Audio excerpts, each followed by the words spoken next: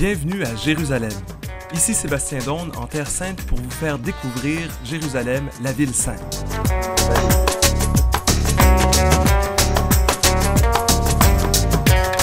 Un vieil adage dit que des 10 mesures de beauté qui existent dans l'univers, Jérusalem en possède 9 et le reste du monde une seule.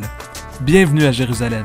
Je vous invite à découvrir avec moi cette ville, de découvrir ses habitants, son histoire et ses lieux importants.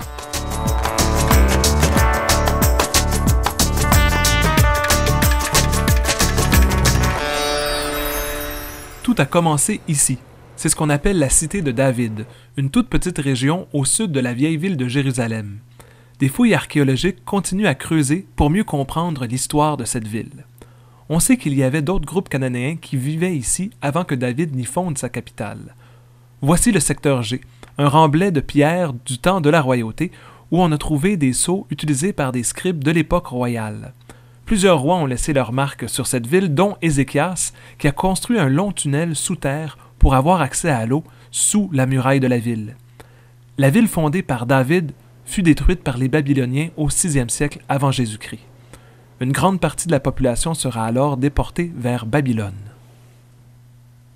Après l'exil, on va reconstruire le temple vraisemblablement au lieu où on trouve aujourd'hui l'esplanade des mosquées. Au temps de Jésus, Hérode va agrandir le temple et le soutenir par un mur qui est encore visible aujourd'hui.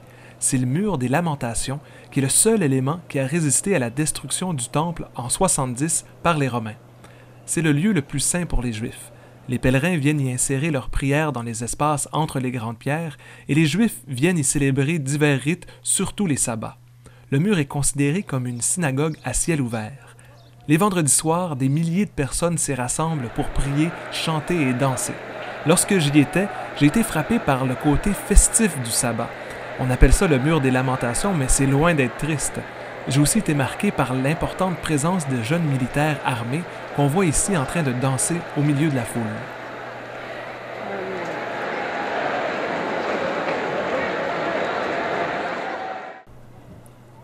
En haut du mur des Lamentations se trouve l'esplanade des mosquées.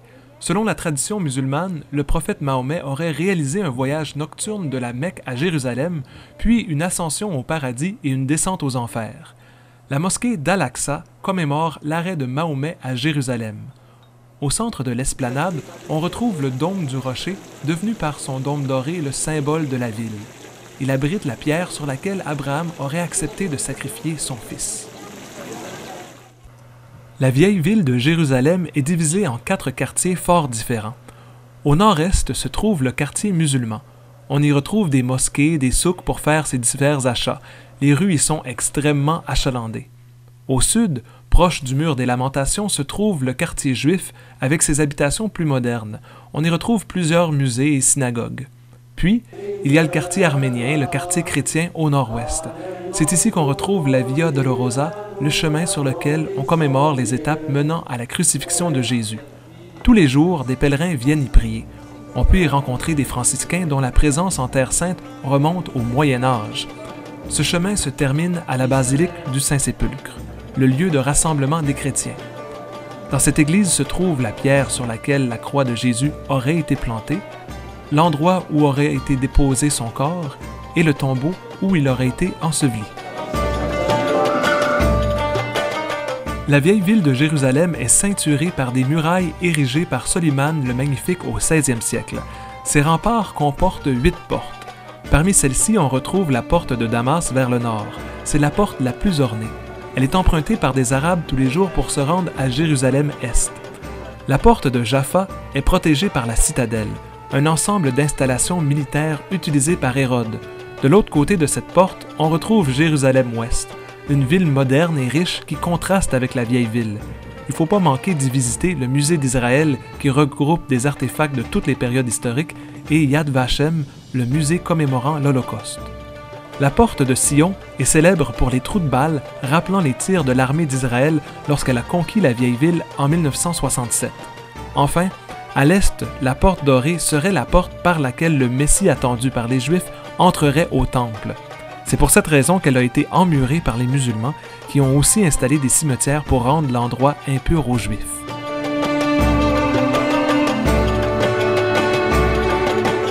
En face de la porte dorée, de l'autre côté du Cédron vers l'est, se trouve le mont des Oliviers. C'est ici que Jésus aurait passé la nuit avec ses disciples avant d'être arrêté. On y voit des oliviers plusieurs fois centenaires. Des milliers de tombeaux s'y retrouvent aussi. Les Juifs veulent s'y faire ensevelir pour être aux premières loges lorsque le Messie passera par la porte dorée et que les morts ressusciteront. De cet endroit, on a une vue panoramique sur la ville.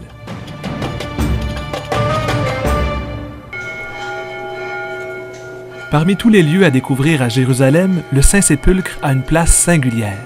C'est le lieu le plus sacré du christianisme. J'ai rencontré plusieurs personnes qui m'ont dit que c'était leur lieu préféré en Terre Sainte. Je vous propose d'écouter Marie-Armelle Beaulieu, rédactrice de la revue Terre Sainte, qui répond à la question « Quel est votre lieu préféré à Jérusalem ?» Alors ça peut étonner parce que c'est le lieu le plus désarçonnant, mais c'est le Saint-Sépulcre. C'est le Saint-Sépulcre et c'est spécialement devant le tombeau vide. Devant le tombeau vide, en passant, vous verrez des gens qui font la génuflexion. Pourquoi on fait la génuflexion devant le tombeau vide? Comme catholique, on fait la génuflexion devant la présence réelle, devant le Saint-Sacrement. Donc ça n'a pas de sens de faire la génuflexion devant le tombeau vide. Alors, et je le fais, c'est comme plus fort que moi. Et j'ai pensé, je me disais, mais pourquoi tu fais ça? Ça n'a aucun sens. Et je me suis dit, mais non, ça a un sens énorme. De la même manière que dans l'Eucharistie, partout dans le monde, on a la présence réelle, de la même manière, devant le tombeau vide, on a l'absence réelle. Il est vraiment pas là. Il est vraiment ressuscité. C'est l'absence réelle. Si on regarde la définition du sacrement, signe visible d'une réalité invisible, signe visible, le tombeau vide, réalité invisible, il est vivant. Il est ressuscité. Je ne peux pas le voir, je n'ai jamais rencontré Jésus. Ici, il y a des gens qui ont rencontré Jésus, là, les juifs messianiques, moi pas.